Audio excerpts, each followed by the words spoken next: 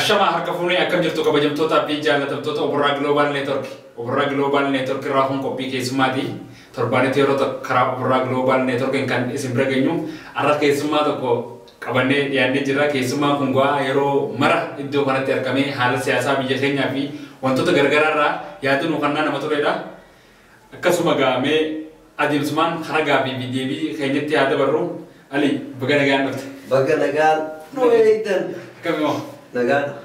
Mega Ali yeroo mara asirratti Qophii Global ni argamta akkasumas yaada isin kannitaa fi miidiyaa kana akkasumas miidiyaa yeroo gabaabaa dhaabbatee yeroo mara dhuftee haala siyaasaa biyya keessatti yaada irra kannaa jirti. Kanaafuu gaanis adeemsa kana wal qabatee rakkuma siyaasaa biyyattii teenyaa keessa deemaa jiru akkasumas yeroo namaa koronaadha. Biyyi teenya raafamessa keessa jirti hawaasni keenya miidhaa garaagaraa keessa jiranii haala siyaasaa fi akkasumas rakkina biyya teenya keessa deemaa jiru akka nama tokkootti akkamiin ilaaltamee kanumaan gaaffii teenyaa jammadhu. Dursa warra miidiyaa Global Network galatoomaa isiniin jedha. Carraa kana naa kennitanii affeeruu keessaniif ulfaadhaa isiniin jedha. Gara gaaffii keetiitti yoo kan dabru taate dursa haala koronarraa waa xiqqoo jenneetiin achi tarra. Koronaan marsaa duraa hobbaasina fakkaataa marsaa lammatarratti jira. Marsaa lammataa argiteetiin rabbi jala nu haa baasu nus haa eeggannu fageenya keenya haa eeggannu wal tuttuqqii haa dhiifnu wantoota argiteetiin warri fayyaa nu jedheetiin jedhe san haa guunnu jedha. Gara gaaffii itti lammataatitti yoo adeemnu taate haalli biyya keenyaa maal fakkaata? Haalli biyya keenyaa akkamitti ilaalla yoo jennu taate haalli biyya keenyaa hedduu wal xaxaadha. Yeroo hidhamtoonni siyaasaa keenya hidhaa jiranii yeroo argiteetiin uummanni Oromoo kumaatamaan mana hidhaa jiranii yeroo uummanni Oromoo dhibbaatamaan guyyaarraa du'aatiin oolu yeroo kanatti waa'een argiteetiin biyya sanii dhugumatti haala nama yaaddessuurra kan jiru jechuudha. Maaliif jennaaniin namni yoo jiraateetiin jedhe gabbahee dalagatee waan itti aanu argiteetiin hordofuu danda'a. Yoo argiteetiin nagaa qabaatee jedhee qotachuu danda'a, bocachuu danda'a. Kuni baay'iseetiin yaaddessaadha. Waan kana ammoo osoo mootummaan waan kana dhaabee hidhamtoota siyaasaa baasee hunda isaanii haal duree tokko malee hiikee uummata kana taa'anii mari'atanii haalli biyyi sun itti deemtu waliin laalanii jechuu barbaadetti. Okay, amma akkasumas yeroo ammaa tana mootummaa fi garee TPLF amanamootaan jettutti wal waraansarra turanii wal waraansa kun amma gara mootummaatiin xumurame haa jaa'u malee namoota wal waraansa san keessa qooda olaanaa baatan akkasumas waggoota 27 biyyattii keessatti saaminsa diinagdee akkasumas cunqursa namarratti raawwataa turan irra guddaan isaanii mootummaan to'annaa jiran hin oolchine garuu immoo mootummaa wal waraansa kun xumuramee jira garee TPLF immoo wal waraansa kun hin xumuramne jira wal waraansa gama lamaanii kanaati akkamitti ilaalta akka nama tokkootti. Galatoomi wal waraansi karaa hedduu ilaaluu dandeenya. Wal waraansa wayyaaniitii fi wal waraansa warra bilisiginnaati jenna kana. Garee lamaan kana jidduutti wal waraansi kun gaggeeffamaa jira jechuudha. Wal waraansa garee wayyaaniitii fi garee warra bilisiginnaa jechuudha. Wal waraansa kana jidduutti dhugaa dubbachuudhaaf dirreen itti filataman dirree lolaa filataman dirree Oromiyaa ture dur. Kan ammaa ammoo garaagarummaan isaa dirree Oromiyaatiin ala ta'uudha. Kanaaf wal waraansi dhugaa dubbachuu wal waraansi akka kiyyatti wal waraansi dhumeetiin hin jiraata. Wal waraansi dhumuun maali? Yoo xiqqaateetiin hin jedhe magaalaleen wayyaaniin duraan argite irraa qabatteetiin hin turte hundi isaanii mootummaadhaan argite mootummaa bilisiginnaati to'atameetiin hin jira jechuudha. Hundi isaanii maali? Wal waraansa jechuun wal waraansa kana karaa lamaan laalta. Waraansa siyaasaatii fi waraana argiteetiin meeshaa walitti dhukaasanii jechuudha. Duraan wayyaaneen waraansa lama gaggeessaa turte jechuudha. Osoo lolli hin jalqabin jechuudha. Waraansa kan waraana gara argiteetiin waraanaatii fi waraana siyaasaa jechuudha. Waraana siyaasaa kan jennuun kamiin kan miidiyaadhaan fayyadamanii propagaandaa adda argiteetiin gadhiisanii jechuudha. wantoota akkana goona karaa argiteetiin waraana leenjifnee maalii goone akkas goone akkana goone jedhan. Isa kana ture. Ka inni lammataa ka argiteetiin waraana argitee fuullee walitti ba'anii wal ajjeesanii jechuudha. Amma wal waraansi siyaasaa gam tokkoon dhaabatee jira jechuudha. Akka duraanii san yoo laaltaniitiin hin jiraattan torbaan kanaa asitti wal waraansi propoogaandaa karaa wayyaaniitiin hin jiru jechuudha. Gara kanaan hin jiru jechuun maa inni waraansi kun yoo xiqqaatte isa dhumaa irra gahee jechuudha. Maaliif namni tokko waraanni tokko yoo argitee karaa propoogaandaa ittiin dhiyeeffatu hin qabaanne karaa argiteetiin ittiin propoogaandaa dhiyeeffatee injifannoo akkanaa galmeessine waan akkana goone yoo jedhee karaa ittiin dhiyeeffatu yoo hin qabaatin moohamee jechuudha kun.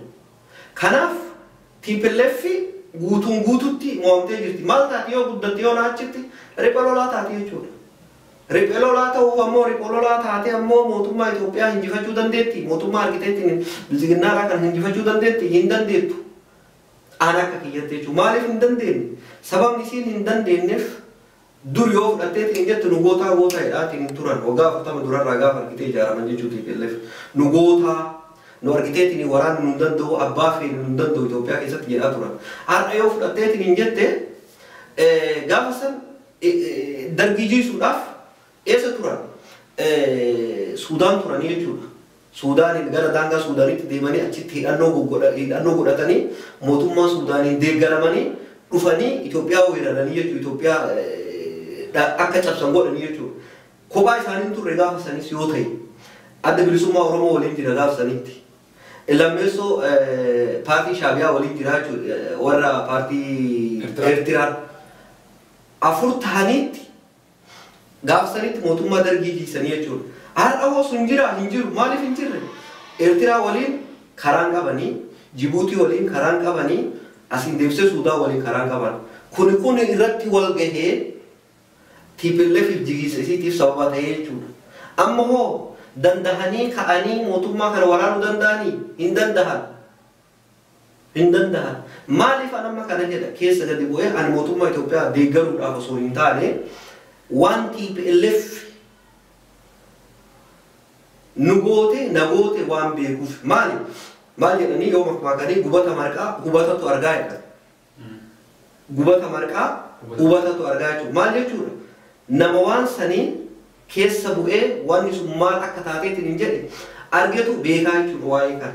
Sanirraa ka'eetiin inoo TPLF waan isii waggaa 27 karaa ikoonomiitiin, karaa argiteetiin hawaasummaatiin, karaa argiteetiin diinagdeedhaan, karaa argitee hundaan waan isiin argitee biyya san godhaaf hin turte waan hin beekuuf, waan hin argitee keessatti guddadheetiin hin argeetiin hin jedheef, waan hin isiin nagoote waan beekuuf, wanni isii irratti ta'e kuni ani na gammachiisa malee na gaddisiisu.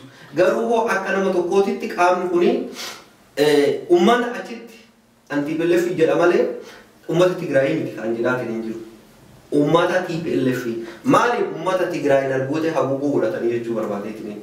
Amma namoota tokko kaniif jechuu TPLF ogoo 27 biyya keessa dhufte nama jeestee nama saamte qabeenya saamte jirti waa hedduu balleessee jirti. Namni tokko abiyyiitu TPLF caalaa waa balleessee jedhanii nama yaadanii jira. Amma irra guddaan gariin nama gara TPLF kan dhaabbatan hedduutu jira. Beekte akka nama tokkootti waggoota lamaan waggoota sadeen abiyyi biyya bulche sana waggoota 27 TPLF biyya bulchite sana caalaa jechuun jira namoota jaanii jira. Kanaafuu deemsa akka mataa keetitti adeemee naan fudhatamu waan kun. Maaliif naan fudhatamne waggaa 27 haga fedhellee ta'ii waan feetes godhii haga abiyyi ani dhufee afaan isaatiin bahee deeggaruufi miti. Dhufee ani lakki Oromoo miti.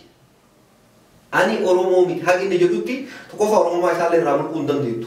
Irraa kaasuu hin dandeettu. Abbaa fedhe iyyuu haa ta'uutiin. Bari Oromoon guddifachaa iyyuu aadaa Oromoo aadaa addunyaa kanarra jiru keessaa guddifachaa Oromoo ol qabu hin jiru bara. Guddifachaa nam tokko madaqsataa bara. Booji'eetu bara nama sana ofiitu godhata. Namni waggaa 27 abiyyi ummata Oromoo miidhee jira. Kana wanni wal jalaa qabnu wayiitu hin jiru. Gaafileen Oromoo deebi'ee jira hin deebi'u. Oromoodhaaf maal godhee waan biraati. Oromoof maal godhee waan biraa ta'e abiyyi akkana jechuun ammoo sunis waan biraa ta'a. Isa biraa ta'e. TPLF homa fedhe ta'ee herrega kamiinuyyuu nama waggaa 27 osoo abiyyi akka gaafa aangoo qabateeti guyyaa guutuu nama fixaa oole. Herrega kamiin argitee TPLF waggaa 27 nama nyaataa turte wal madaalchisu. Herrega kamiin wal madaalchisuu hin dandeenyu. Hin madaalchisu wal madaalchisu akkamitti dandeettamee hin dandeettu. Akkamitti gaafa sanii fi har'a garaagarummaan jira hin jira. Guyyaa gaafa sanii bari har'a waan Harargee keessatti ta'e sakantiitti dhageetta. Waan Baalee keessatti ta'e bar sakantiitti geetta. Maaliif teknooloojii fi miidiyaalee adda addaa intarneetii gatii jiru. Waggaa 27 darban kana keessa intarneetii fi miidiyaan jira. Waan Harargeetti ta'u dhageetta. Boori Baalee jiru waan Harargeetti ta'u dhageetta. Waan Wallaggatti ta'u warri Harar dhagaya hin dhaga'u. Har'a hoo wanni argitee Wallagga Horroo Guduruutti ta'u sagantii sanitti warri Wallaggaa midhaaksanii fi cinaaksan jiru dhaga'a jechuudha. Kanarraa ka'eetiin hin maali? Keessattuu dhugaa dubbachuu yoo ta'e namni hundinuu yoo ati ilaaltu nama siyaasaa ta'e namni hundi isaa taate amma lafa kanarraa ilaaltu hunda isaatu hundi isaatti siyaasatti hin tala. Waa'ee siyaasaa dubbata. Kanaaf malee dhugaa dubbachuuf yoo ta'e akkam godhee abiyyi warri argitee waggaa lamatti aangoo fudhatee jedhee akkamitti akkana godhe. Eenyutu akkana godhe haga guyyaa dheengadda dhaaman kanaatti eenyu godhaa ture mallaqaan bitee eenyu nama ajjeesaatiin hin ture TPLF isaanumatu mallaqatti jijjiiree mallaqaan nama bitee nama keenyatti bitee eenyu ajjeese jenna gaafa kana abiyyi ajjeesee jenna. Olaantummaa seeraa eenyu kabachiisuu qaba jenna abiyyi kabachiisuu qabaa jenna. Akkanaani kanaafiyyuu herrega kamiinuu TPLF ol summii caalu biyya san keessatti hin jirullee hin jiraatullee an akka kiyyaatti jechuudha. Amma injifannoo kana wal waraansa san keessatti injifannoo wal saamutu akkaatu mul'ata. Habashoonni miidiyaa qabaniin gabbahanii jechuun nutu injifatee TPLF nutu cabsee magaalaa keessaa baasee jira. Wal waraansa kana ati akka nama tokko gisee ilaaltu Tigraay san yookiin Maasoo magaalaa Maqalee guddittii sanii keessaa hooggantoota TPLF amanamoo ta'an kana baasee warri gaarii gargarte eenyu addameeti. Kun beektaa Habashaan uumaa isaaniirraa ka'eetiin injifannoo saamuu feetan. Uumamaa isaaniitu injifannoo saamu. Wanti isaan ittiin beekaman keessa artisti tokkotu waan jedhee amma artistii san maqaa isaa qabachuu hin danda'u waraana Adawaa deemanii jedhe. Waa'ee waraana Adawaallee sitti hima. Osoo waraana Adawaa deemaatiin hin jiranii uummanni kun onneen qabanii jedhe. Warra mana Habashaa kun onneen qabanii duubaan deemanii jedhe. Uummanni Oromoo goota dura deemaa jedhe. Dura deemaa jedhe. Osoo dura deemu uummanni Oromoo achiin injifatee jedhe. Uummanni Oromoo achiin injifannaan injifatee wayita achiin as deemu inni duuba jira duubaan as garagalee jedhe. Duubaan as garagalee magaalatti as deebi'ee wayita uummanni Oromoo achi ga'u. Bes injifannoon ta'e nagee injifannoo labsatee jedhe. Uummanni Oromoo waan kana waan argiteetiin baay'ee hajaa itti hin qabne waa'ee argitee waan kana dhaadessuu waan hin barbaanne itti dhiisee tokko hidhanii achii lakkaatanii jedhe. Sii dhufa injifannoo warra Adawaarraa as ka'eetiin injifannoo Adawaarraa as ka'eetiin injifannoo Adawaa namni gahee guddaa taphate jeneraalota Oromooti. Jeneraalota biyyi gaafa san qabdu 12 keessaa 8 Oromoodha. 8 Oromoodha. 8 Oromoodha achirraa taafteetiin hin jette afuruu Amaaraatii miti Amaaraa qofaa miti. Sabaaf sablammoota biraati sabaaf sablammoota Itoophiyaa keessa jiraniiti. Injifannoo san har'a eenyutu ittiin of hin dhaada warra Habashaatu ittiin of dhaada jechuudha. Maali? Aadaa argitee injifannoo saamuu qaban. Maaliif? Warri kuni xiqqishuu isii haguma argitee hubannoo qabaniif. Haguma argitee miidiyaalee tokko qabaniif. Kanatti fayyadamanii injifannoon kennaa jedhan. Akkam godhanii fakkeenyaaf balaa zallaqaa jiltuu fudhadhu. Goota Oromooti ittiin faarsan nu argitee sanyii balaa zallaqaati jedhaniitiin qomaan tumatan qomuuf dhaam. Kuni maali? Injifannoo saamuu jechuudha. Har'allee yoo fudhatteetiin hin jette hoo fudhadhu. Har'allee yoo fudhatteetiin hin jette injifannoo kana yoo xiqqaateetiin hin jette jeneraalota Oromootti argiteetiin immoo wanna godhe TPLF hin cabseetiin hin jedhe. TPLF hin cabseetiin hin jedhe. Maal jedhan as deebi'anii numaayyuu risti jedhaatiin hin jiran. Lafa argitee akka Walqaayit Humaraa maalii kanneen nuti injifannoo tana galmeesseetiin hin jedhee gatii nu injifannoo tana galmeessiniif. Gatii argiteetiin injifannoo tana nu galmeessineetiin hin jedhe lafa teen nadeeffanna. Kuni waan fudhataman qabne. Sababni hoo lafti tuni eenyummaadha. Lafa waa'ee lafa sanii nam tokko argitee ol ka'eef dibbeedheef lafti sun ta'isaa ta'uu hin dandeettu. Maali tuni yoo taate karaa komishiniitiin yookaan argiteetiin karaa argiteetiin riiferendamiiti. Ummata irra jirutu murteessa malee waan argitee nam tokko ol ka'eetiin murteessuu miti jechuu barbaadeetiin. Egaa akkasumas yeroo ammaan tana muummichi ministeera Abiy Ahmed egaa Tigraay cabsine jeebooda duratti yeroo fi rakkoon biyya keessaa takkaa'oo atahaaroon isa cimte gara waa'ee Isaayyaas Afwerqii deema amma garuu garas hin deemne gara Keeniyaa deemaa jira. Ati deemsa isaa kana maaliif jijjiirettee yaadda? Maaliif gara Keeniyaa dhaqeettee yaadda? Achirratti sammaas achumaan wal qabatee waan dubbate takkaa jira guyyaa achi dhageessan murna abaaboo shanee ni balleessinaa waan jee takkaa jira. Ati wanta kana akkamiin ilaaltame? Maaliif gabas dhaqee maaliif jecha achitti dubbate? Tarii Keeniyaatu abaaboo wajjin wal quba qaba moo abaaboo wajjin wanta ta'aa jira moo abaaboo gargaaraa jira? Maaliif gabasitti malee achitti jeetta akka nama tokkotti ati? Ilaa amma suni waa lama fakkaachuu danda'a. Tokko bakki amma inni dhaqe kuni fulaadha. Fulaa biyyiti keessattuu karaa margiteetiin Oromiyaan ittiin ala baatu ittiin as deebi'anii karaa ammallee ummanni tokko jechuudha. Gamaaf gamana daangaa argiteetiin namtolcheetiin jiru jechuudha. Boorana gama jira, Booranaa gamanaatu jira jechuudha. Iddoo tanatti bakka akka guddatti adda bilisummaa Oromoo waraana adda bilisummaa Oromoo ittiin shakkamu keessaa bakkeen guddaan waraanni kun hin bayaan yookaan hin seenaan jedhamee ittiin shakkamu keessaa bakkeen guddoon bakka sani. Kanaafi wanni inni bakka san dhaqeef tokko akka argiteetiin haala bakka sanii yeroo baay'ee itti dubbatamu akka adda bilisummaa Oromoo ofiin argitee ofiin dandeenye TPLF irratti hirkatu waan akkasiitu dubbatama. Waan saniif argitee haalli argitee tokko akka garas asiin bayeetiin dhiibbaa irratti hin geessifneef garas deemaa jechuudha.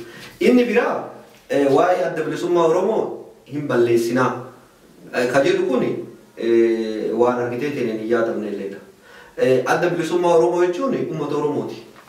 Yoo adda bilisummaa uummata Oromoo adda bilisummaa Oromoo balleessan OLF balleessan uummatuma Oromoo balleessanii jechuudha. Maali? Adda bilisummaa Oromoo osoo balleessee wayyaanitu balleessa. Osoo balleessee wayyaanitu balleessa. Waggaa 27 ka ganamaa galgala irratti dalaytu ka ganamaa galgala waa'ee isii irratti argiteetiin baay'ata guddaa gannayiteetiin hojjetu isitu balleessaa jechuudha. Abiyyaan ol ka'ee adda bilisummaa Oromoo hin balleessa jechuun kun manaadha. Waan hin danda'amne. Wanta sallee argiteetiin kun hin danda'amne kuni abjuudha jennee akkasumatti bira tarraa jechuudha. Amma akkasumas biyyattii keessatti mootummaan hooggantoonni fi paartiilee siyaasaa garagaraa irraa namoonni ciccimoon biyyattiin qabdu mana hidhaa keessa jira. Mootummaan akka waan filannoof qophaa'u deemuuf fakkaata. Akkasumas ibsaa adda bilisummaa Oromootii fi ABO irraa illee qabnanii jiran.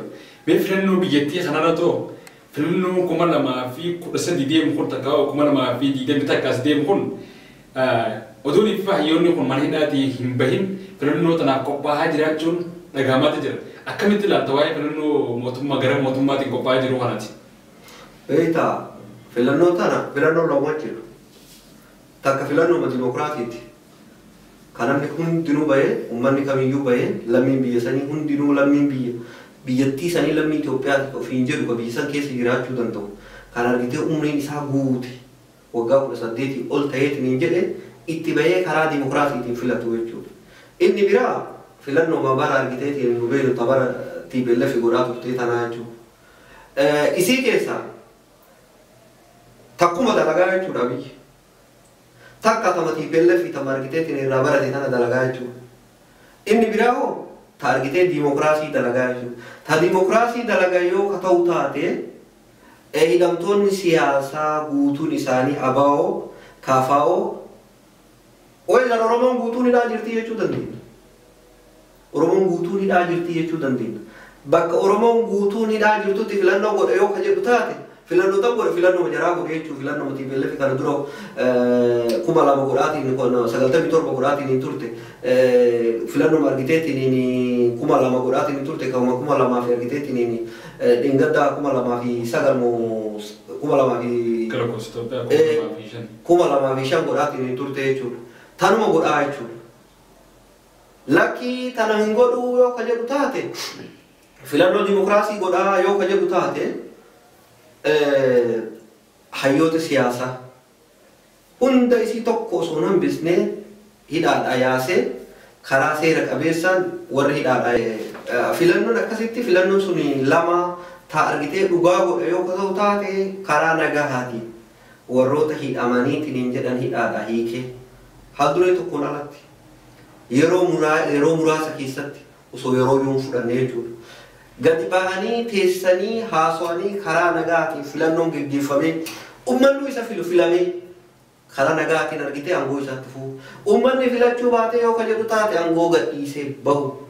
Kanarraa kaafeetiin jedhe yoo kama akka jara isaanii ka godhu taate isallee kuma jarree qunname kanatu borisa qunnamaa jechuudha. Timee akkuma tokkotti isla muummichi ministeeraa kun filannoo tana isaan san gabbaasee marii godhuu qabaa jetti. Mariinis waan barbaachisaadha biyyattii nageenya biyyattiitiif. Waan kana ni godhattee ni yaaddate? Elaa waan jedhan soogiddaa jedhan. Naaf jettu mi'aayi ufiif jettu dhagaa ta'ii jedhan. Manguddoota innatu duraan akkas edeetiin hin makmaaka. Kuni yoo ta'eef godhuudha. Hin ta'u yoo ka jedhu taate waan itti dhufu isatu laallata. Akka kana dura ummata Oromoo sobdee sagalee hattee doorsiftee si ajjeese jetteeni si buqqisa jetteeni si hidha jetteeni akka duraanii sodaachiftee hin bulcha jechuun waan hin danda'amne. Osoo dandahamee Abiyyi har'uma akka yaadetti Joohariin hidhee Baqqalaa Garbaa hidhee hidhamtoota siyaasaa guutuu hidhee biyyiin tasgabbootii kana booda hafuurri baafatamuu jedhe.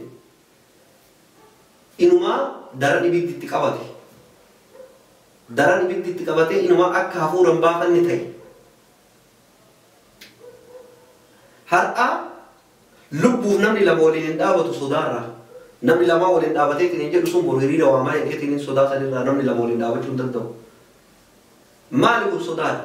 Innillee sodaa kana keessaa ba'uuf maal godhutu isarra jira. Hayyoota siyaasaa baasee waliin taa'ee mari'achuudha. Hin godhaa godhuudha. Hin godhu rakkoon itti dhuftu TPLF fi tanaayyuu hin geertu. Kanaaf argite uummataafillee nagaa godhuuf ufiifillee nagaa ta'uuf hayyoota siyaasaa baasuudhaan jedhaan.